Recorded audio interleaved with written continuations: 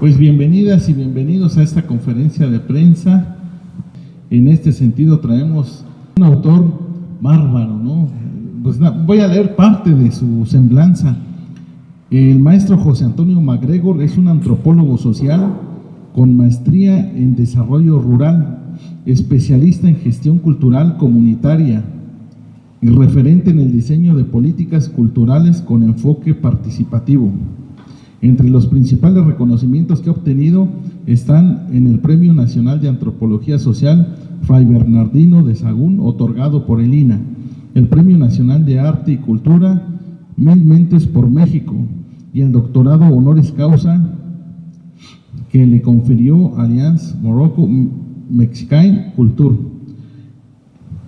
Humanity and Peace. Inició la colección Intersecciones, una de las series editoriales más influyentes en Iberoamérica sobre pensamiento crítico y profesionalización cultural, que publicó más de 40 volúmenes con más de 200 autores de 2004 a 2019. Ha sido docente, conferencista y asesor en más de 15 países, con una amplia trayectoria en temas como identidad cultural popular, políticas culturales y formación de gestores. Ha liderado proyectos reconocidos internacionalmente por la UNESCO. Desde la función pública y la academia ha impulsado procesos de transformación desde lo local con una ética del trabajo en comunidad y una visión profundamente humanista. Actualmente es docente y coordinador de proyectos estratégicos de la Facultad de Artes de la Universidad Autónoma de Querétaro. El libro La gestión cultural comunitaria es el resultado de 40 años de bregar en el mundo de la cultura, y dentro del mundo de la cultura, por distintas razones, desde personales, biográficas, familiares, profesionales, siempre una opción preferencial por las comunidades de los pueblos originarios, por los grupos urbanos populares, y una vocación apasionada, debo reconocer, por la docencia. Mi trayectoria profesional, particularmente los casi 20 años en el Consejo Nacional para la Cultura y las Artes, lo que era el CONACULTA, hoy Secretaría de Cultura, me permitió, por un lado en la Dirección General de Culturas Populares y luego en la Dirección de Capacitación Cultural, participar en proyectos emblemáticos. Creo que hoy para todos es conocido o les suena el PACMIC, el Sistema Nacional de Capacitación, el Museo de Culturas Afrodescendientes de Coajinicuilapa, Guerrero, Costa Chica, lo hicimos en coordinación Oaxaca, Guerrero, y fue un museo realmente extraordinario. También el trabajar proyectos de apoyo al SECAM, ahí en Tlahuitoltepec. Es decir, Oaxaca ha sido un referente cultural no solo para el país, eso es evidente, para el mundo entero, sino a mí en lo particular siempre me ha permitido encuentros muy, muy aleccionadores. En este libro, que está dividido en 3 partes, primero, es una parte que gira en torno a 2 conceptos que son la médula de la gestión cultural y que son identidad y cultura. Las identidades mueven ese engranaje enorme que se llama cultura, que a su vez mueve esos engranajes pequeños que son las identidades de cada uno de nosotros. No las identidades solo de los grandes genios que mueven la cultura, sino entender y explicar y fundamentar cómo es que cada ser humano, por ser humano, tiene identidad. No hay individuos sin identidad, no hay personas sin cultura, y por lo tanto esta tentación de la promoción cultural que durante décadas se desarrolló en el país, claro, todo en su contexto, que era la idea de llevarle cultura a las comunidades.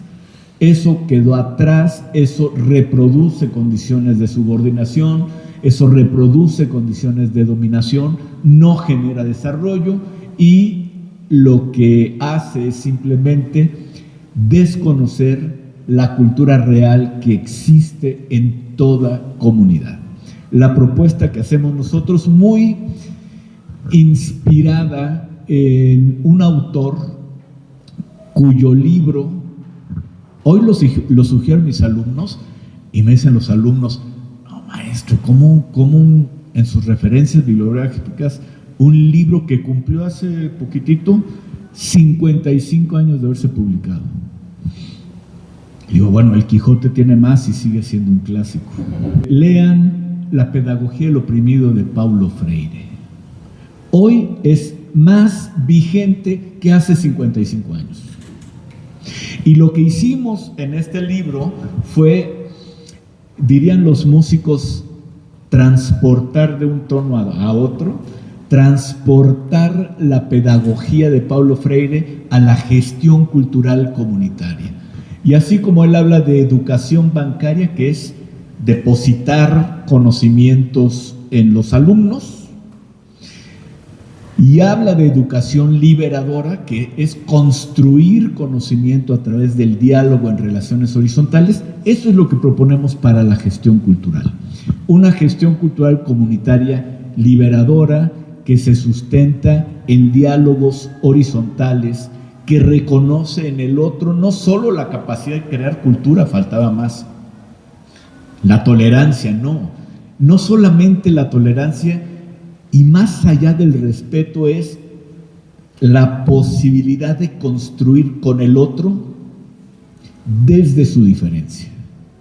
O sea, ya no es solamente te tolero en la diferencia o respeto tu diferencia, sino gracias a la diferencia entre nosotros podemos hacer cosas extraordinarias. Y eso se llama interculturalidad. La gestión de la interculturalidad hay que provocarla. Y entiendo la gestión cultural comunitaria como un proceso educativo, como un proceso que genera desarrollo y que la única manera, esto no dice en el libro, sino esto es elemental, solo puede haber desarrollo si se amplían las capacidades de la gente local para decidir, si se amplían sus capacidades no solamente para tomar decisiones, sino para tomar mejores decisiones.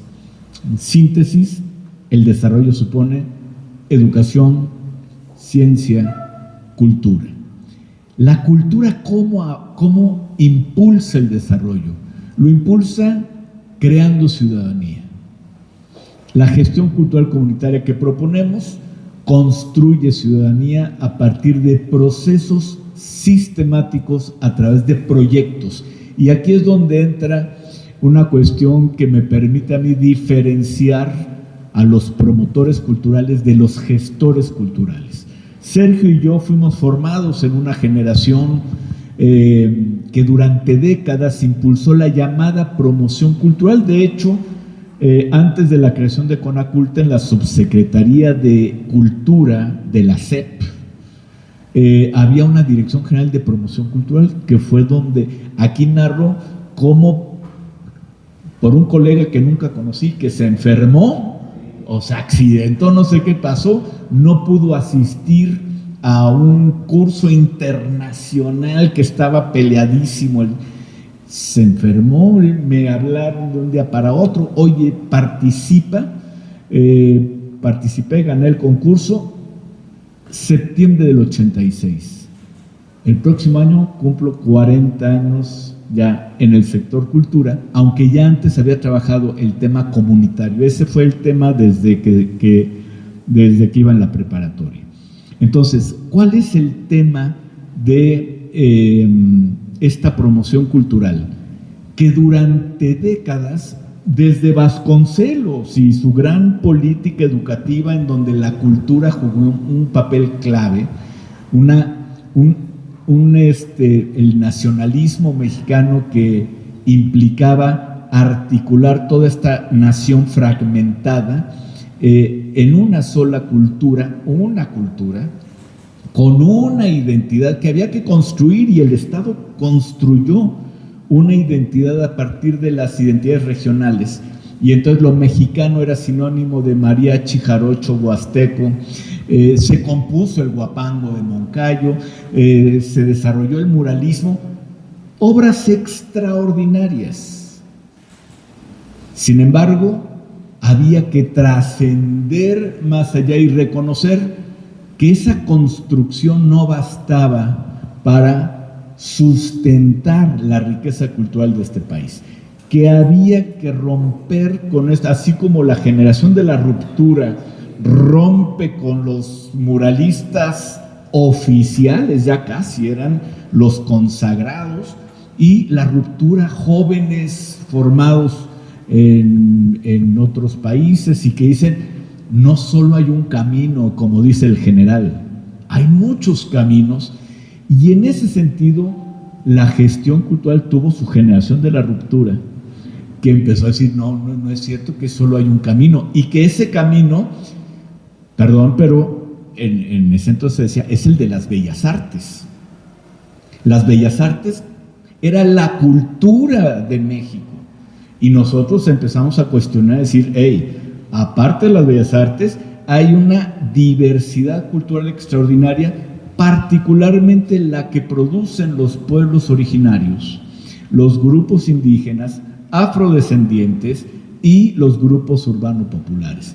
Y empezó a desarrollarse una institucionalidad que después de los dos grandes pilares, el INA en el 39, el INBA en 47, y una lástima que en el 78 no autorizaron, porque ya estaba el proyecto y esa era la idea, crear el Instituto Nacional de las Culturas Populares. No funcionó, no por cuestiones presupuestales, sino políticas.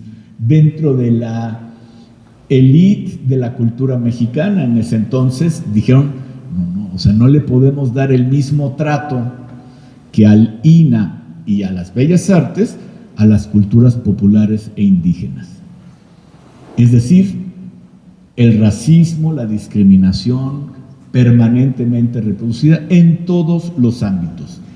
Y en ese contexto nace Culturas Populares en el 78 como dirección general, y a partir de ahí empieza un proceso muy interesante porque se empieza a hablar del trabajo comunitario, de la diversidad cultural como la máxima expresión de la riqueza cultural de México, y el desarrollo y fortalecimiento de las lenguas indígenas, de la memoria histórica, la teoría de la quíntuple recuperación de Leonel Durán, la teoría del control cultural de Bonfil Batalla. Es decir, se desarrolla una propuesta teórica, y a nosotros nos toca en los años 90 construir y desarrollar metodologías, pedagogías para el desarrollo comunitario que ya estaban sembradas durante décadas.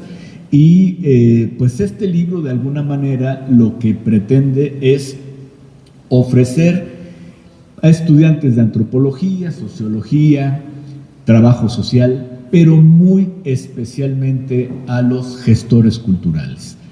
Fundamentos teóricos, que es la primera parte, identidad, cultura. Fundamentos metodológicos, que es la segunda parte, sobre gestión cultural.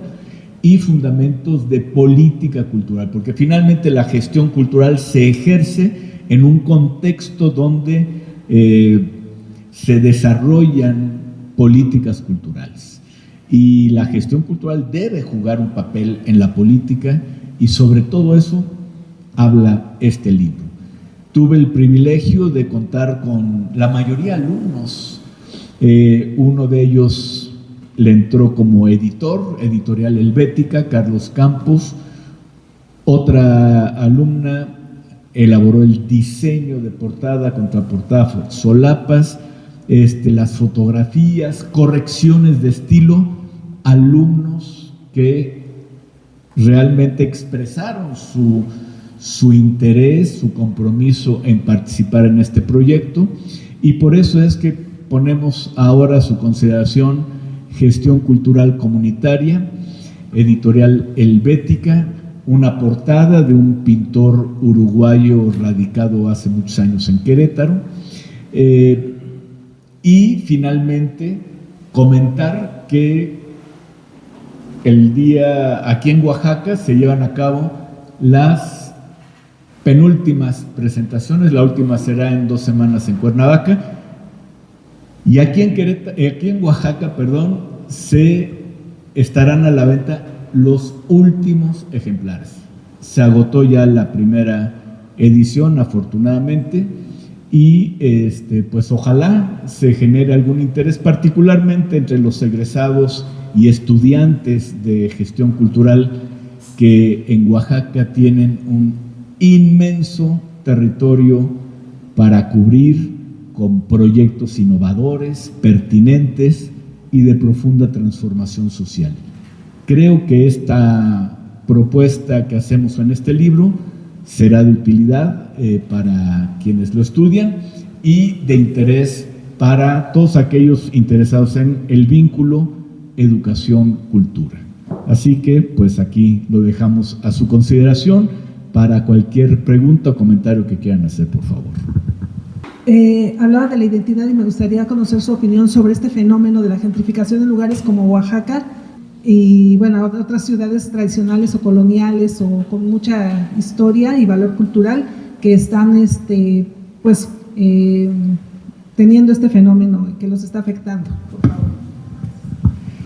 Es un fenómeno muy complejo porque, por un lado, surge de intereses inmobiliarios que se mueven con base en la ley de la oferta y la demanda. Sin embargo, también las poblaciones tienen su ombligo enterrado en lugares que para ellos son claves, y entonces ahí entra un conflicto entre procesos económicos complejos, de intereses, por un lado, a veces anónimos, y procesos culturales vinculados a la identidad, como muy bien comentas. Y ahí es el clásico ejemplo en donde creo que el Estado debe intervenir. Porque si dejamos al libre mercado, como muchas veces se propone, ¿no? Que como un síntoma de salud económico-financiera de un país, dejarlos sin considerar las implicaciones culturales, entonces se pueden generar, digamos, conflictos latentes que en tanto no se resuelvan van a brincar tarde o temprano. Entonces, ¿cómo puede intervenir el Estado? Por un lado, dialogando. Yo sigo clarísimo de que mientras haya procesos de mediación dialógica, y eso es gestión, o sea, la mediación se gestiona, un Estado, y cuando hablo de Estado hablo con E mayúscula, es decir, las instituciones que saben diagnosticar correctamente un problema en determinado territorio, que identifican claramente a los actores involucrados y las interacciones que hay entre ellos, debe estar en condiciones de mediar conflictos. ¿Y cómo se media? Bueno, simplemente poniendo en la mesa a los principales actores, porque por un lado, sí, o sea, no podemos frenar ciertos procesos económicos que están dados, pero sí podemos matizarlos y incluso fortalecerlos, porque para un inversionista en una de estas zonas que está invirtiendo y encuentra que en todo ese territorio, microterritorio, en esas calles, esas colonias, los vecinos entienden qué está pasando e incluso contribuyen a armonizar los procesos, es que podemos nosotros estar en condiciones de matizar, incluso No sé qué tanto resolver, pero ciertamente redimensionar los conflictos con una mediación donde lo cultural, que tiene que ver con las identidades, con las memorias. O sea, cuando hablamos de quíntuple recuperación de Leonel Durán, estamos hablando de la recuperación de las lenguas, de la memoria, del territorio, de la organización y de las artes. Imagínate que en un espacio donde tú quieres invertir, todo eso se expresa y se desarrolla ampliamente, pues incluso tú sales ganando. Es decir, yo creo que una mediación inteligente donde todos ganen se puede lograr. ¿Y cuál es el papel de los gestores culturales en estos procesos? Porque también hemos visto que hay unos gestores que, bueno, también está la situación de desigualdad económica, la laboral y todo esto. Y entonces de pronto los gestores culturales se dedican a vender los productos como productos culturales, las manifestaciones culturales. Entonces me parece que ahí hay una contradicción también, pues económica, social, no sé, porque por un lado sí es cierto, es una manifestación cultural atractiva, que es digna de reconocer, digna de ver, pero por otro lado también se cuestiona que se venda como un producto cultural, pero por otro lado también los gestores pues tienen que vivir, ¿no? Entonces, o sea, ¿cuál sería como el punto medio en su apreciación para encontrar esta cuestión entre lo laboral y el respeto también a las manifestaciones culturales? Gracias. Justamente aquí también planteamos algunos de los principios para el fundamento ético de la gestión cultural. Por un lado, funciones que tienen que ver, ya mencioné, la mediación, funciones que tienen que ver con la educación, con la construcción de ciudadanía que ya mencioné, pero yo le agregaría una función, no digo que sino opciones, puede ser líder, puede ser educador, etcétera, o varias a la vez. Pero una de las funciones que cada vez más emerge, justo por lo que tú dices, de algo tienen que vivir, es la del gestor emprendedor. Y cuando el gestor emprendedor desarrolla proyectos con plan de negocios, no necesariamente está cometiendo el pecado capital de vender la cultura. ¿Por qué? Porque la cultura también está sujeta a procesos comerciales legítimos, tan legítimos como los de organizaciones artesanales que venden sus productos bajo cierta lógica de mercado. Hay gestores culturales que desarrollan proyectos sustentados en un plan de negocios que orientan también procesos productivos que tienen que ver o con las artesanías, con el turismo cultural. Ya que mencioné turismo cultural, un caso clarísimo. El turismo suele atraer muchas veces turismo depredador. Y muchas veces el prestador del servicio es autodepredador por la inconsciencia y no ubican que eso que se está ensuciando, eso que están deteriorando, eso que están afectando claramente, es su patrimonio, que finalmente es su destino turístico, es decir, su producto para vender. Evidentemente a los antropólogos, muchos gestores culturales, estos términos como el producto nos hace ruido, pero así se maneja en mercadotecnia y me parece que hay proyectos absolutamente legítimos que suponen ganancias para tanto los productores como para los mediadores, pero lo que sí me parece fundamental es conocer cuáles son los márgenes éticos en los cuales se maneja el gestor cultural. En mi libro anterior, que se llama Proyectos Culturales, sus desafíos, sus configuraciones y desafíos para el cambio social, hice una recopilación de proyectos exitosos y uno de ellos, de turismo cultural, muestra cómo cuando la comunidad participa, se organiza y diseña de manera colectiva su propio destino turístico, pudieron obtener importantes ganancias económicas en divisas de visitantes extranjeros que llegaban a sus comunidades y donde las comunidades, donde los actores locales, por un lado, estaban perfectamente educados y capacitados para ofrecer el destino, y por otro lado, en el camino, en el proceso, iban educando a los turistas para que estos entendieran que lo que iban a hacer formaba parte de un territorio sagrado.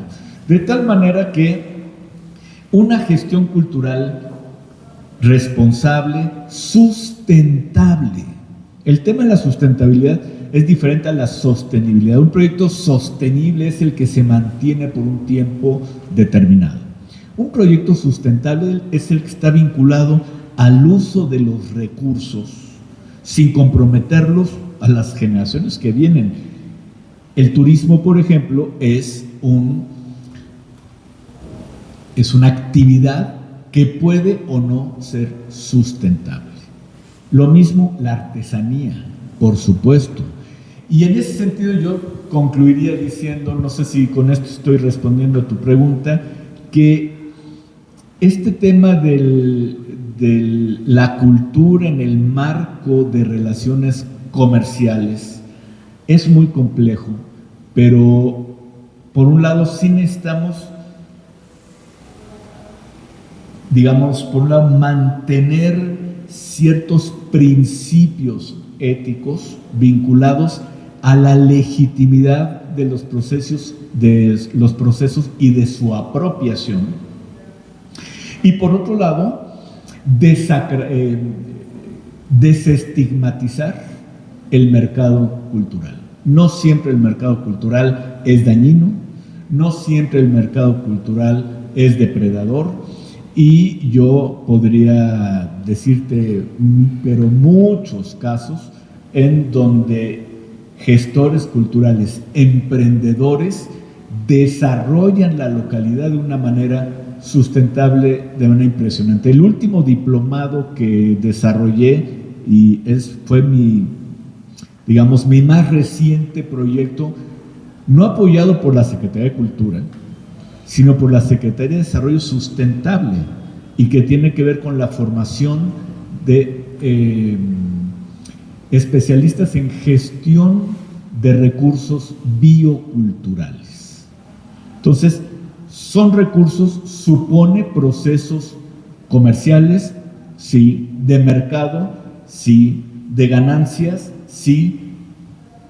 El margen en donde nosotros proponemos que se maneje la gestión cultural tiene que ver con un código deontológico, es decir, ético, en el cual los productores culturales sean los protagonistas y tengan, la preponderancia en todo este proceso. Buenas tardes, maestro. A mí me gustaría preguntar, precisamente dentro de toda esta oferta turística que hay, por ejemplo, en un estado como Oaxaca, ¿cómo se puede desde el aula, en su experiencia, ¿no?, como catedrático, el crear conciencia en los jóvenes que hoy estudian gestión cultural, ya que a ellos les ha tocado educarse, al menos en Oaxaca, con productos turísticos? Entonces, hasta el momento creo que no ha existido cómo contrarrestar, en el caso de Oaxaca, la apropiación cultural que se hace de textiles, que se hace de tradiciones, que se hace de la cocina oaxaqueña, y donde hoy en día se explota profundamente una identidad de nuestro pueblo, al menos aquí en la ciudad de Oaxaca, que es la calenda.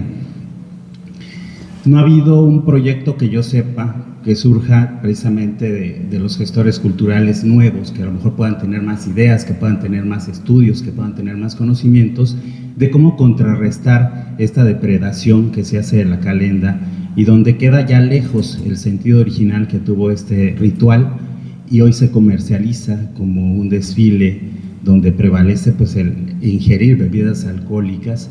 Entonces, a través de todo esto vemos cómo se han minado muchas tradiciones en Oaxaca, ¿no? Aparte, punto y aparte, el espectáculo de Guelaguetza, que también contribuye mucho a deteriorar las identidades, las creencias, las cosmovisiones. Entonces, ¿cómo desde el aula se puede crear esta conciencia para saber visualizar precisamente todo lo que nos decía, ¿no? Esta importancia de la ética, de saber interpretar estos contenidos y hacer sustentable estos proyectos culturales? Gracias. Yo creo que la formación en gestión cultural debe habilitar a que un gestor cultural domine la principal competencia de un gestor cultural, que es el diseño, instrumentación y evaluación de proyectos. ¿Qué tipo de proyectos? Proyectos participativos, colectivos, dialógicos, sobre ámbitos estratégicos, en contextos específicos, que involucren a actores desde una mirada ecosistémica, donde tú puedes leer un contexto e identificar actores, recursos e interacciones. Proyectos encaminados al cambio social desde un empoderamiento de los grupos locales, de las comunidades. Me encanta una definición de un colega catalán, de Àngel Mestres, que dice: hacer gestión cultural es empoderar y emocionar a una ciudadanía.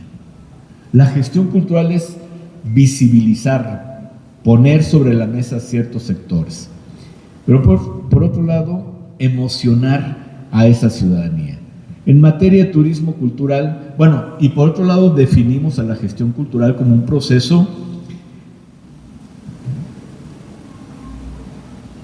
de teoría y práctica, reflexión, acción, praxis. Es decir, a diferencia, yo soy antropólogo, pero pues hay que reconocer, los antropólogos estudiamos la cultura, los sociólogos, la filosofía y la cultura. La gestión cultural no es para estudiar y comprender la cultura. La gestión cultural es para incidir en cambios y transformaciones sociales a través de la cultura. Y en este sentido, yo creo que la formación de gestores culturales debe, por un lado, de sustentarse en un importante ejercicio dentro de aula y un cada vez más importante ejercicio fuera de aula. Hacer turismo cultural implica manejar teóricamente conceptos fundamentales. Uno de ellos es apropiación, y permítanme diferenciar la apropiación cultural debida y la apropiación cultural indebida. Porque la apropiación cultural debida es la que yo propongo que se haga.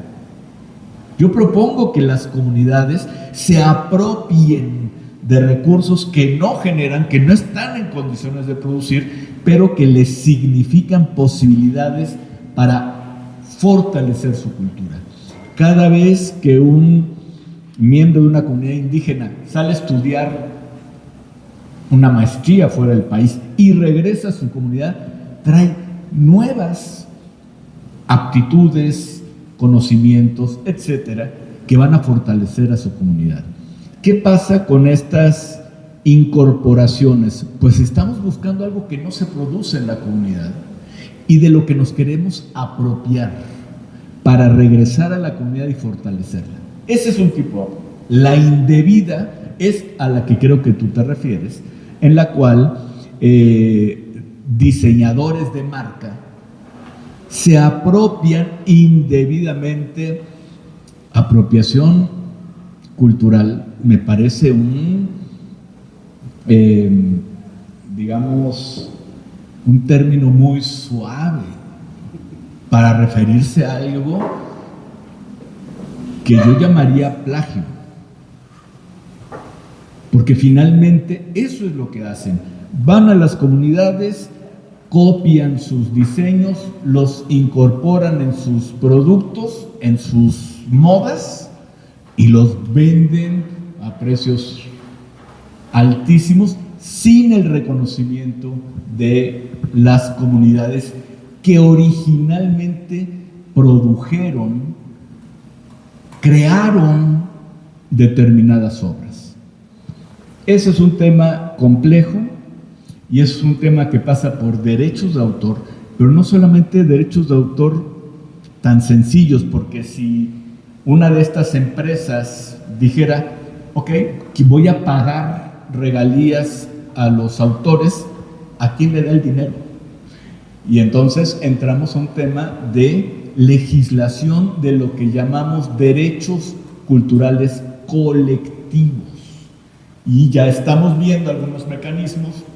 Estuve hablando con un líder wixárika o huichol, en donde ellos ya tienen claro su esquema, porque también los wixárika están siendo objetos de muchísima apropiación indebida, y ellos ya asesorados por abogados tienen clarísimo la creación de un fondo regional, para que cada vez que se incorporen diseños de su creación, se van a ir a un fondo para el financiamiento de proyectos culturales que fortalezcan a los creadores de estos diseños. Entonces me parece que se ha avanzado mucho en ese sentido. ¿Y qué es lo que necesitamos? Que los alumnos, además de que conozcan en el aula la teoría de control cultural de Bonfil Batalla, donde aparece el concepto de apropiación cultural, donde se vayan a los casos denunciados por la Secretaría de Cultura que tienen que ver con la apropiación cultural indebida, pues estén en condiciones de salir al campo para testimoniar, para acompañar procesos y comprender a cabalidad cuáles son las posibilidades y las limitaciones que tiene la gestión cultural en este tipo de procesos.